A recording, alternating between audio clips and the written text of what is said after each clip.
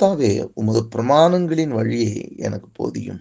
முடிவு பரியந்தம் நான் அதை காத்துக்கொள்வேன். கர்த்தாவே, உமது பிரமாணங்களின் வழியை எனக்கு போதியும். முடிவு பரியந்தம் நான் அதை காத்துக்கொள்வேன். இங்கே இந்த சங்கீதக்காரனுடைய ஜெபம் இது. கர்த்தாவே, உமது பிரமாணங்களின் வழி, அந்த பிரமாணங்களின் வழியை எனக்கு நீர் போதியும்.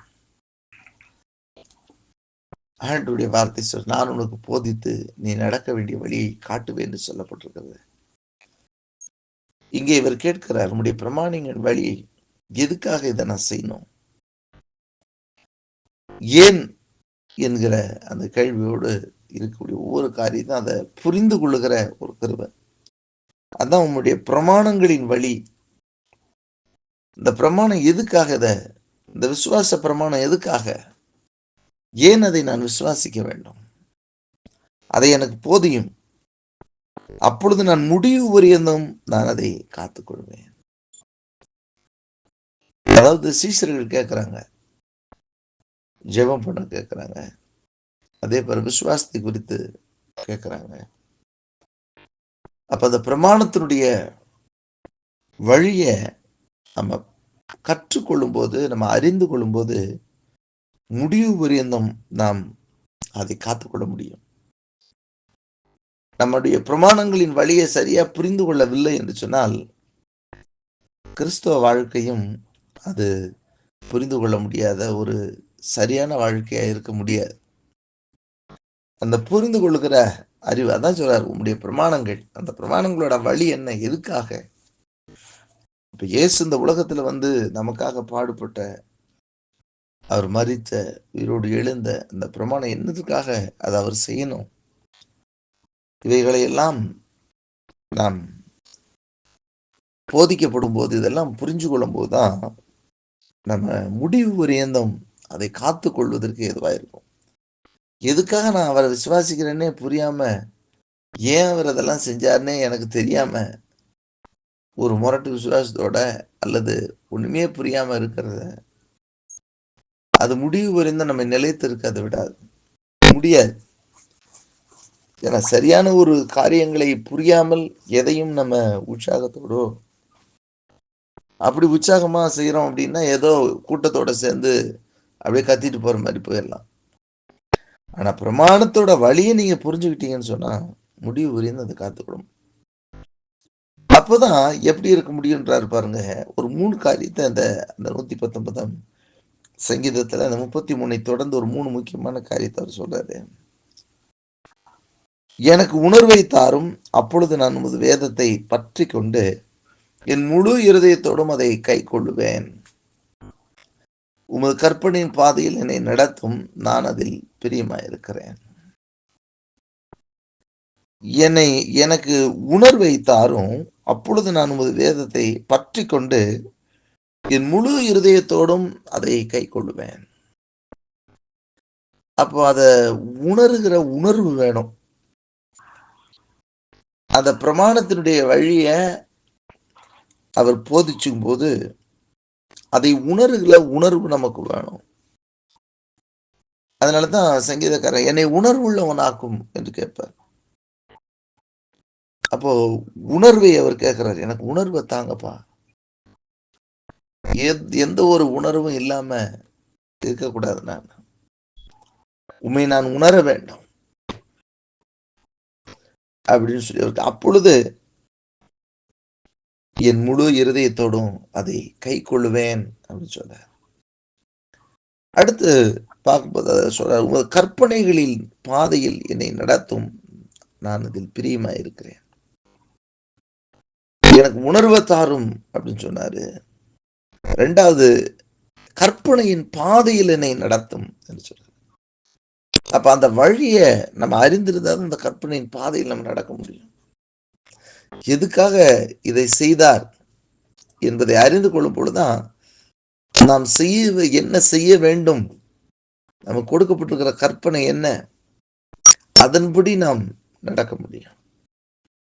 ஆகவே தான் கேட்கிறபோது, கற்பனையின் பாதையில் என்னை நடத்தும். நான் அதில் பிரியமா இருக்கிறேன். அடுத்த வசனத்துல அவர் 3வது காரியமா சொல்றாரு, என் இருதயம் பொருளாசை சாராமல் உமது சாட்சியை சார்பிடுச்சு. இந்த பிரமாணத்தினுடைய வழிய நாம் அறிந்து கொள்ளும் போது, அதனால் நம்ம போதிக்கப்பட்டிருக்கும் போது,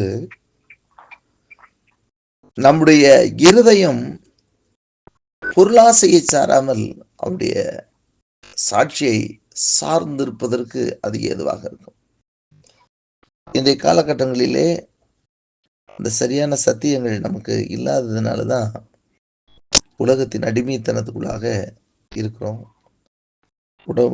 உலகத்தினுடைய மேன்மைகளை மேன்மையாக எண்ணிக்கொண்டிருக்கிறோம்.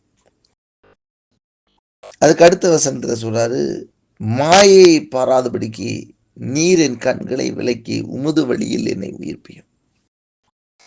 அப்ப மாயை ஒரு மனிதனை மயக்கி வழியை விட்டு விலகி போக செய்யும். அதனால நான் மாயையை பார்க்க கூடாது. அதற்கு என் கண்களை விளக்கும். இப்ப ஒரு 4 காரியங்களை இதுல அவர் சொல்றாரு. உணர்வை தாருன்றாரு, கற்பனின் பாதையில் என்னை நடத்துன்னு சொல்றாரு, இருதயம் பொருளாசைய சாரக்கூடாது அப்படின்னு கேட்கிறாரு. அடுத்து என் கண்ணு மாயையை பார்த்து கொண்டு இருக்கக்கூடாது. அழிந்து போகிற உலகத்தை பார்த்து அதுக்கு அடிமைப்பட்டு போயிடக்கூடாது. அப்பொழுது நான் முடிவு பரியந்தம் நான் அதை காத்துக்கொள்வேன். அப்ப நான் முடிவு பரியந்தம் காத்துக்கொள்வதற்கு அது ஏதுவா இருக்கும். வழியை நீர் எனக்கு போதித்து, உம்முடைய பிரமாணங்கள் வழியை நீர் எனக்கு போதித்து நடத்தும் போது முடிவு பரியந்தம் நான் அதை காத்துக்கொள்வேன். அதை காத்துக்கொள்ள விடாதபடிக்கு தடையா இருக்கிற உணர்வற்ற வாழ்க்கை மாற்றி என்னை உணர்வுள்ளவனாய் மாற்றும். உம்முடைய கற்பனையின் பாதையிலே நான் நடந்து கொள்ளும்படியாக என்னை நடத்தும். என் இருதயம் பொருளாசையை சார்ந்து உம்முடைய வழியை விட்டு விலகி போய் விடாதபடிக்கு உம்முடைய சாட்சிகளை சார்ந்திருக்க பண்ணும். மாயை பார்த்து என் கண்களின் இச்சைக்கு இறை போட்டு உம்முடைய வழியை விட்டு நான் விலகி போய் விடாதபடிக்கு என்னை நீர் உயிர்ப்பியும். அப்பொழுது நான் முடிவு புரிந்தோம், நான் அதை காத்துக்கொள்வேன். முடிவு புரிந்தோம் நான் காத்துக்கொள்வேன் என்று சொல்லி இங்க சங்கீதக்காரன் சொல்லுகிறதை பார்க்கணும். அவருடைய பிரமாணங்களினுடைய வழியிலே நாம் நடப்பதற்கு நாம் போதிக்கப்படணும்.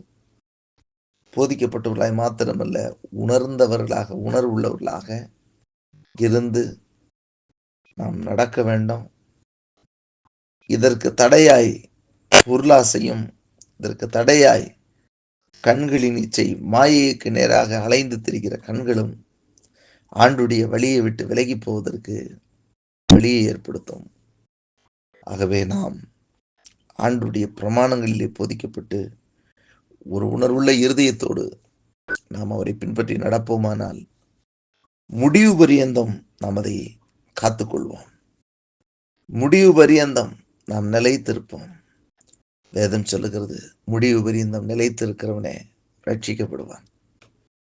அந்த பிரமாணங்களில் வழியை அறிந்து முடிவு பரியந்தம் நிலைத்திருக்கிறவனே ரட்சிக்கப்படுவான்.